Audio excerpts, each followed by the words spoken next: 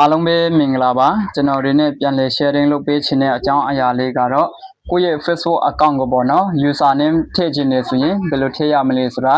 username ထည့်တဲ့နည်းကိုပေါ့နော်ကျွန်တော်အစအဆုံးဒီဗီဒီယိုမှာပြန်ပြီးတော့မှ sharing လုပ်ပေးသွားပါမယ်တကယ်လို့ကျွန်တော်ရဲ့မိတ်ဆွေကပေါ့နော်ကိုယ့်ရဲ့ Facebook account ကို username ထည့်ခြင်းနေဆိုရင်ဒီဗီဒီယိုကိုအဆုံးထိကြည့်ပေးပါအရင်ဆုံးပေါ့နော်ကျွန်တော်တို့ကကိုယ့်ရဲ့ဖုန်းထဲမှာရှိတဲ့ Facebook app ကိုအရင်ဆုံးဝင်ပေးပါအခုလိုမျိုးပေါ့နော်ကျွန်တော်တို့ကကိုယ့်ရဲ့ Facebook app ထဲကိုရောက်ပြီဆိုရင်ပေါ့နော်ဒီဘယ်ဘက်တော့မှရှိတဲ့ဒီမှာ menu လေးရှိတယ်နော်တချို့ဖုန်းတွေကတော့ဒီညာဘက်တော့မှရှိတယ်တချို့ဖုန်းတွေကတော့အောက်ဘက်တွေမှာရှိတယ်ပေါ့နော်ဖုန်းတစ်လုံးနဲ့တစ်လုံးတော့မတူပါဘူး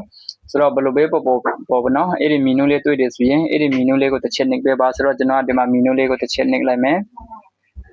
sorry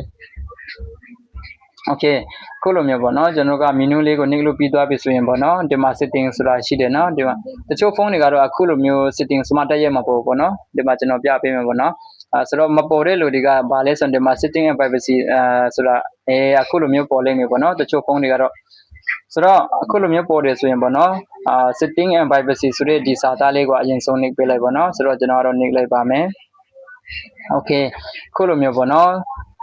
setting ရဲ့ privacy ကိုနှိပ်လို့ပြီးသွားပြီဆိုရင်ပေါ့နော်ဒီနေရာမှာရှိပါတယ် setting ဆိုတာရှိတယ်နော်လူကောင်းပုံလေးနဲ့ဆိုတော့အဲ့ဒီနေရာလေးကိုတစ်ချက်နှိပ်ပေးပါ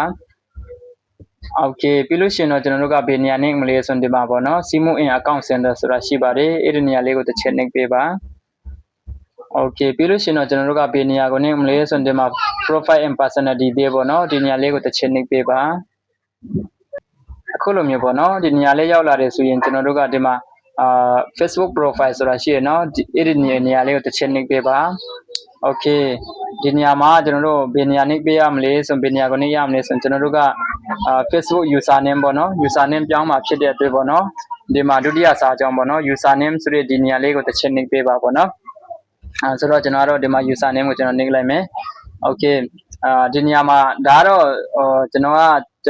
ပေးထားတာမဟုတ်ဘူးပေါ့နော်သူပေါ်နေတာပေါ့နော် company ကနေပြီးတော့မှဆိုတော့ကျွန်တော်ကဒါကိုမကြိုက်ဘူးပေါ့နော်ခုနာမည်ပေါ့နော်ကိုကစိတ်ကြိုက်ပေးမယ်ပေါ့နော်ဆိုတော့အဲ့ဒီနေရာလေးကိုတစ်ချက်နှိပ်ပေးပါဒါကိုကျွန်တော်တို့က delete လုပ်လိုက်မယ်ပေါ့နော်ဆိုတော့ကျွန်တော်ကတော့ဖြတ်လိုက်မယ် okay ဆိုတော့ကျွန်တော်ကတော့ခုန Facebook နာမည်နဲ့ cousin စီမဲ့ကျွန်တော်ပေးလိုက်မယ်ပေါ့နော်ဆိုတော့အတူတူပဲကျွန်တော်ပေးလိုက်မယ်ပေါ့နော် okay ခုလိုမျိုးပေါ့နော်ကျွန်တော်တို့ကနာမည်ရေးတဲ့အခါမှာဒီဘေးမှာဒီလိုအမှန်လေးချင်းနေမှရတာပေါ့နော်တကယ်လို့နာမည်ဒီလိုရေးလာတဲ့အခါမှာအမှန်မချိပဲနဲ့ပေါ့နော်ဒီမှာအနီအောင်စာသားလေးနဲ့ပေါ်နေတယ်ဆိုရင်တော့မရဘူးပေါ့နော်ဆိုတော့အဲ့လိုအနီအောင်လေးပေါ်နေတယ်ဆိုရင်ကျွန်တော်တို့ကဘာလုပ်ပေးရမလဲဆိုရင်စလုံးကိုပေါ့နော်အတူအလျှော့လေးတွေလုပ်ပေးရမယ်ပေါ့နော်စလုံးထပ်ဖြည့်မယ်မဟုတ်ရင်လည်းစလုံးကိုထပ်လျှော့မယ်ပေါ့နော်ခိုင်ဆိုတော့အခုလိုမျိုးပေါ့နော်အဘေးမှာအမှန်လေးချစ်သွားပြီဆိုရင်ကျွန်တော်တို့ကဒီအောက်ဆုံးမှာပေါ့နော်ဒီမှာကျွန်တော်ကြေးတန်ကိုတစ်ချက်ကြည့်နော်ဒီမှာအမှန်လေးရှိတယ်အဲ့နေရာလေးကိုတစ်ချက်နှိပ်ပေးပါ okay ပြီးလို့ရှိရင်တော့ဒီမှာ done ဆိုတာအပြောင်းစာသားလေးနဲ့ရှိတယ်နော်အဲ့ဒီနေရာလေးကိုတစ်ချက်နှိပ်ပေးပါပြီးလို့ရှိရင်တော့ခဏလေးစောင့်ပေးလိုက်ပါနော်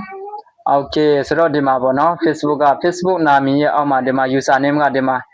ဒီလိုလေးပေါ်လာတယ်ပေါ့နော်ကဲဆိုတော့ကျွန်တော်ရဲ့မိတ်ဆွေတွေလေးပေါ့နော်ကိုယ့်ရဲ့ Facebook account ကိုပေါ့နော် username ထည့်ခြင်းနေဆိုရင်ပေါ့နော်အခုလိုမျိုးပေါ့နော်ကျွန်တော်ပြပေးတဲ့နေရာတိုင်းထည့်လို့ရပါတယ်ကဲဆိုတော့ဒီနေ့ဗီဒီယိုကတော့ Facebook account မှာပေါ့နော် username ထည့်ခြင်းနဲ့ကျွန်တော်ရဲ့မိတ်ဆွေတွေအတွေ့ပေါ့နော်